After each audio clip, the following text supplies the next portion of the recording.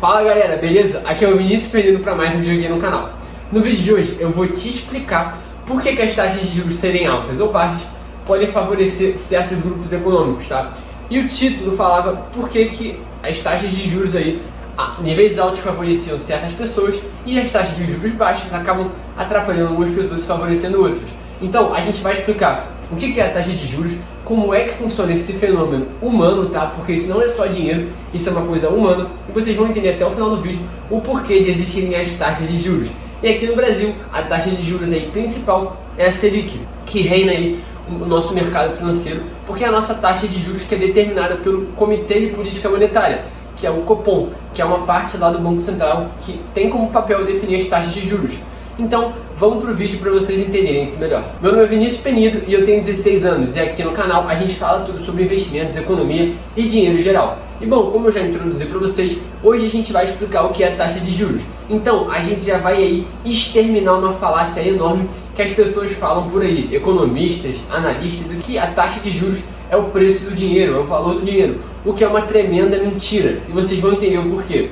Os seres humanos, por si só, eles têm um fenômeno natural, que é o valor temporal das coisas. Então, uma coisa vale X hoje e amanhã ela vai acabar valendo mais, porque a gente diferencia aí o preço das coisas e o valor que elas têm pra gente. E é justamente isso que vai fazer a gente querer ter mais no futuro ou o que a gente tem agora. Então, o hoje tem um valor maior do que teria o futuro. E os juros acabam refletindo diversas coisas, como o risco, a depreciação de uma moeda, a apreciação e todos os fatores aí da economia. Então, em momentos que a gente está querendo aí, o Banco Central está querendo mais pujança econômica, ele acaba estimulando a economia, diminuindo as taxas de juros, porque assim fica muito mais fácil você ter dinheiro, porque o valor do dinheiro no futuro é muito menor. Então, você vai querer ter o dinheiro hoje, porque, por exemplo, agora, no ano de 2020, a gente está com a taxa Selic a 2%.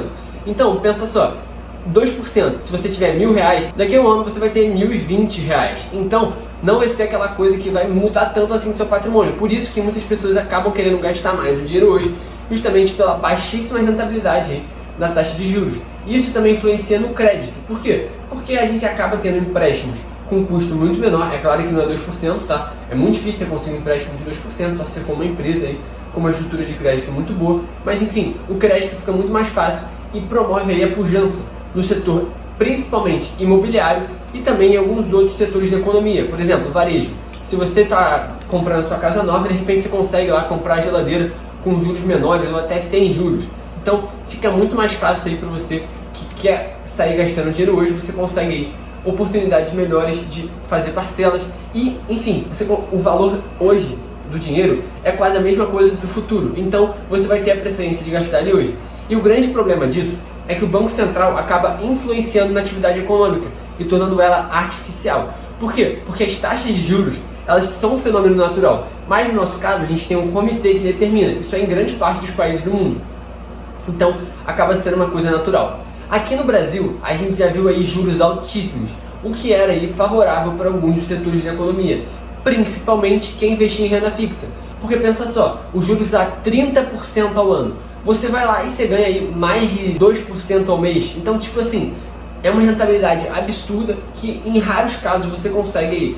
E também os juros no momento que está agora pode ser aí um dos motivos do dólar estar tão alto assim. Por que, Vinícius? Porque, cara, existem dois tipos de política cambial. Uma é o dólar, ou seja, o câmbio flutuante e a taxa de juros sendo influenciada e determinada pelo Banco Central, ou o contrário, a taxa de câmbio fixa e a taxa de juros variável. Só que o que acontece? Em 99% dos casos aí no mundo, a gente tem o câmbio variável, ou seja, o câmbio flutuante e a taxa de juros sendo determinada. E justamente isso que pode ter sido um dos motivos da fuga dos investidores estrangeiros do Brasil. Porque, cara, no momento atual, você ter uma rentabilidade de 2% ao ano investindo no Brasil não compensa o risco. A taxa de juros norte-americana atualmente, de longuíssimo prazo aí, o Treasury Bond de 10 anos, está em torno de 0,7%. Então, por um spread aí, que é a diferença entre os dois títulos, de 1,3%, os investidores acabam preferindo não correr o risco Brasil, que é justamente o risco de você estar investindo no Brasil e tomar um calote na hora de você fazer esse investimento. Então, quanto menor a taxa de juros no Brasil e menor o spread entre a taxa de juros brasileira e americana, maior vai ser a fuga dos investidores estrangeiros. E por isso, no momento atual, até o próprio Banco Central do Brasil já falou que ele está aí colocando as taxas abaixo do nível que seria justo de acordo com a economia. Eles estão tentando estimular o inestimulável, teoricamente. Então, eu acredito que também possa ser um pouco de ignorância nossa falar que o Banco Central tem que descer cada vez mais as taxas de juros, até porque não muda nada a nossa opinião, né? Mas você acreditar que faz sentido ele descer cada vez mais a taxa de juros seria um pouco ignorante, principalmente pelo fato de que se as taxas de juros continuarem baixando, a gente vai ter o risco Brasil sendo totalmente um fator de expulsar os investidores estrangeiros, que já a grande parte foi embora. Então é justamente a diferença entre a taxa de juros brasileira e americana que fez grande parte dos investidores fugirem. Sendo assim, a gente já entendeu que a taxa de juros é um fenômeno natural da natureza humana e ele acontece aí pelo valor temporal das coisas. Mas uma coisa você pode ter certeza: não tem como você ter 10 canetas hoje e no futuro ter 9. E é justamente isso que a gente vê acontecendo em alguns lugares do mundo. Taxas de juros negativas. O primeiro país do planeta a fazer isso aí foi o Japão, que o Banco Central de lá começou a botar taxas de juros negativas. Como assim, Vinícius? Você bota o teu dinheiro no banco e você está pagando para deixar teu dinheiro lá. Você perde dinheiro para deixar ele parado. Então é justamente cada vez mais mostrando para você que você vai ter que correr qualquer tipo de risco se você quiser ter algum retorno. Isso faz sentido, você tem que correr risco para ter retorno, mas ao mesmo tempo uma taxa de juros negativa é uma coisa totalmente artificial que não pode acontecer de acordo com a lógica humana. Porque imagina só o exemplo da caneta: você tem 10 hoje e você recebe 9 amanhã. Isso não faz sentido nenhum, você está perdendo dinheiro. E é justamente isso que justifica aí o investimento de muitas pessoas em ouro, porque o ouro ele não perde o valor dele ao longo do tempo. Ele é um ativo não inflacionável, porque ele tem propriedades naturais que deixam ele ser escasso. Ou seja, tem, sei lá, vamos dizer, tem 1000 ouros no mundo. Então, esses 1000 ouros nunca vão acabar. Ele tem uma finitude já pré-determinada. Assim como o Bitcoin, que é outra plataforma totalmente diferente, mas também um dos motivos de algumas pessoas se protegerem do valor do dinheiro indo embora é também pela Bitcoin. E esses ativos aí podem ser chamados de reserva de valor. Na minha opinião, o Bitcoin ainda não é reserva de valor, porque ele não se provou tanto assim aí nos últimos anos. Mas o ouro, com certeza, é uma maneira de você reservar seu valor. Então, se você quiser botar parte da tua carteira aí, eu acredito que no máximo 5% num ativo aí de reserva de valor, eu acho até que faça sentido. Porque o ouro é ouro e vai te proteger muito bem aí em momentos de crise. Mas cara, você também não pode pensar assim: ah, então quando o mercado cair, o ouro que eu tenho na minha carteira vai explodir para cima. Depende.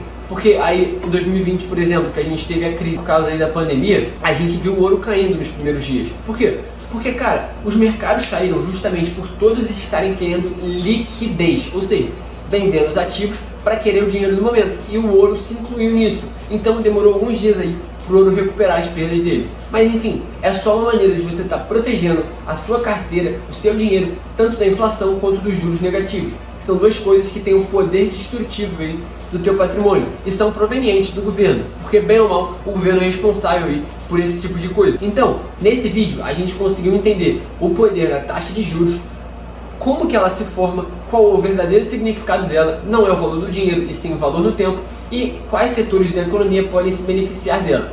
Se vocês quiserem, a gente pode fazer mais vídeos aí com teoria econômica, falando sobre métricas econômicas e tudo mais. Isso aí só vai depender de vocês. Então, deixa o teu comentário aqui embaixo. Não esquece de curtir o vídeo e enviar para teus amigos que ficam falando besteira da taxa de juros ou que não entendem. Enfim, tamo junto e é só o começo. Valeu, galera. Tamo junto.